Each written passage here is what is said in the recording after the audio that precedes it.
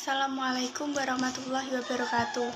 Pertama-tama saya panjatkan syukur kehadirat Allah Subhanahu wa Ta'ala karena atas kehendaknya saya dapat menyelesaikan tugas mata kuliah pendidikan agama dengan dosen pengampu Bapak Ahmad Nilnal Munajifil Ula SPD MPD. Ada pepatah mengatakan bahwa tak kenal maka tak sayang. Maka dari itu, perkenalkan, nama saya Yuliana Sari dari kelas C Manajemen dengan NIM 2023-11440. Di sini saya akan menjelaskan materi tentang Islam dan Iptek. Islam dan Iptek. Islam sangat mendukung umatnya untuk menemukan dan mengembangkan ilmu pengetahuan dan teknologi atau Iptek. Dalam hal pengembangan Iptek, umat Islam dapat mempelajarinya dari orang-orang non-Islam.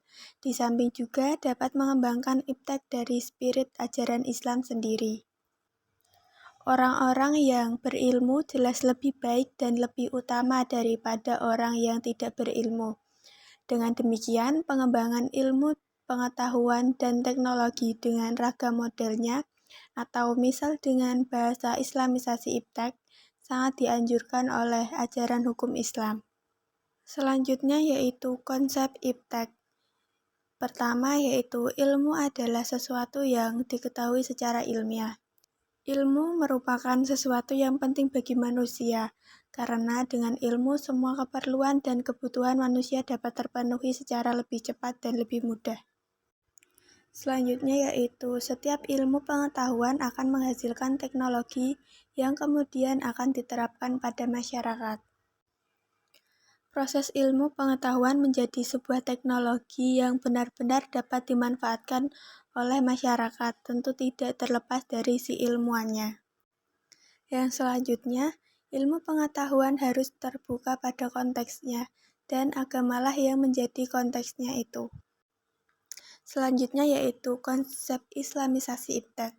Islamisasi ilmu pengetahuan pada dasarnya merupakan suatu respon terhadap krisis masyarakat modern yang disebabkan karena pendidikan barat yang bertumpu pada pandangan dunia yang lebih bersifat materialistis, sekularistis, relativistis, yang menganggap bahwa pendidikan bukan untuk membuat manusia bijak, yakni mengendali dan mengakui posisi masing-masing dalam tertib realitas, tapi memandang realitas sebagai sesuatu yang bermakna secara material bagi manusia. Dan karena itu hubungan manusia dengan tertib realitas bersifat eksploitatif, bukan harmonis. Strategi pengembangan Islamisasi Iptek.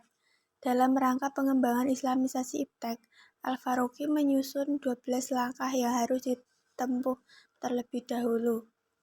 Langkah-langkah tersebut adalah yang pertama, penguasaan disiplin ilmu modern, yaitu prinsip, metodologi, masalah, tema, dan perkembangannya. Yang kedua yaitu survei disiplin ilmu.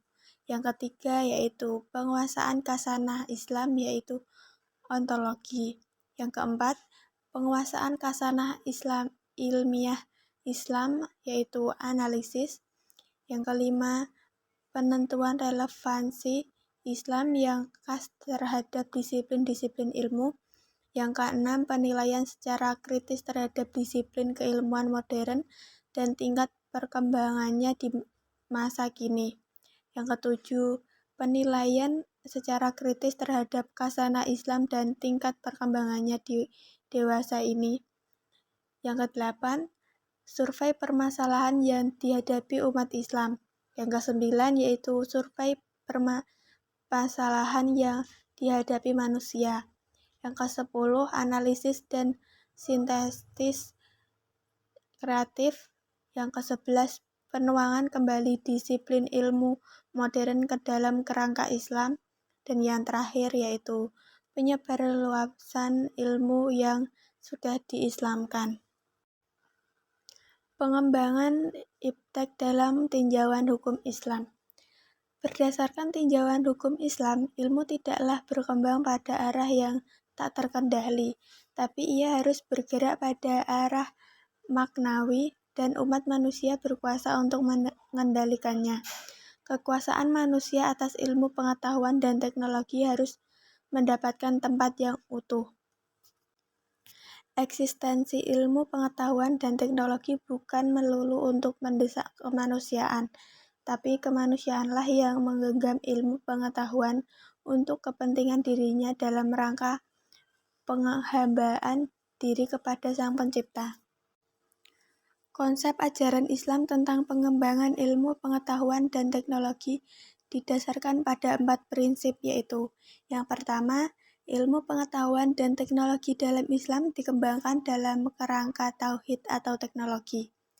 Yang kedua, ilmu pengetahuan dan teknologi dalam Islam hendaknya dikembangkan dalam rangka bertakwa dan beribadah kepada Allah Subhanahu wa Ta'ala. Yang ketiga, ilmu pengetahuan dan teknologi harus dikembangkan oleh orang-orang Islam memiliki keseimbangan antara akal, kecerdasan emosional, dan spiritual yang dibarengi dengan kesungguhan untuk beribadah kepada Allah Subhanahu wa Ta'ala dalam artian seluas-luasnya. Dan yang keempat yaitu ilmu pengetahuan dan teknologi harus dikembangkan dalam kerangka yang integral.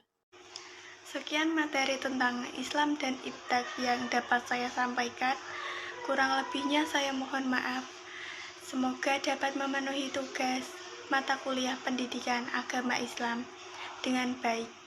Wassalamualaikum warahmatullahi wabarakatuh.